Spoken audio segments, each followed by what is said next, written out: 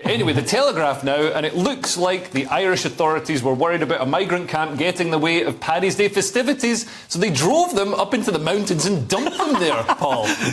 That's policing. Irish police clear migrants from campsite in Dublin. So around 200 asylum seekers were moved from their camp outside a government office to another tent site, which was up in the Dublin Mountains. The Dublin Mountains sounds beautiful. I didn't realise there were these big mountains. It sounds cold. It does sound cold. And if I've just arrived from, I don't know, the Middle East or something, I might not want to go to a windswept Irish mountain in a tent. No, but I would. I'd pay good money. So Ireland have become this kind of pin-up now, haven't they, for the immigration chaos. And, it doesn't matter where you're from. It's not Ireland's problem. It's a kind of a problem across Europe, and it's obviously a problem across the world. I've said this 1,000 times on this show in particular. It doesn't really matter where you're from or what colour your skin is or any of those things that you can't take any control over on the day you're born. People try and build communities, and they build it around an ethos. Now, when you successfully build a community and you keep adding external elements to that are unfettered, that are different and that are not in tune, you don't end up with a cohesive society or community. And that's the problem we're finding all over the place at the moment. This is happening in Ireland quite a lot. People are speaking up about it. And Ireland are having to do it because they're a huge part of the EU, so they're having to accept whatever the EU tell them to. But that doesn't make us exempt from it. We've got a massive issue of our own.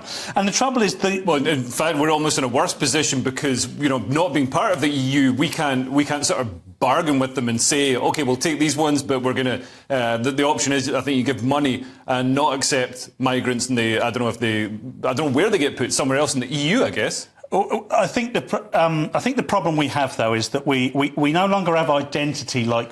If it's a traditional identity, if we talk about what it means to be British or Irish or French or whatever, it becomes a problem. And then when you chuck the word immigration in with that, it becomes an even bigger problem because you're seen as something derogatory. Yeah. Well, there's traditionally been Irish people who are people of colour. Phil Lynott from Thin Lizzy is a classic example. The Irish, hold them to their hearts. But I think we're seeing this unprecedented level of migration into Ireland that's creating all this social conflict, Adam. Yeah, so when I was reading the story, one thing I thought was interesting was that saying that part of the reason why they moved them is because the original site had come under criticism for becoming sort of squalid and having a lot of rubbish strewn around and stench of urine, and they wanted to, more importantly, make way for a St. Patrick's Day parade, which I imagine would involve a lot of drinking and a lot of maybe rubbish being thrown around and maybe, hopefully, stench and urine. So, that's what I was imagining. Sounds like they could have combined the two. Yeah, that'd be great. Just get them all and celebrate together.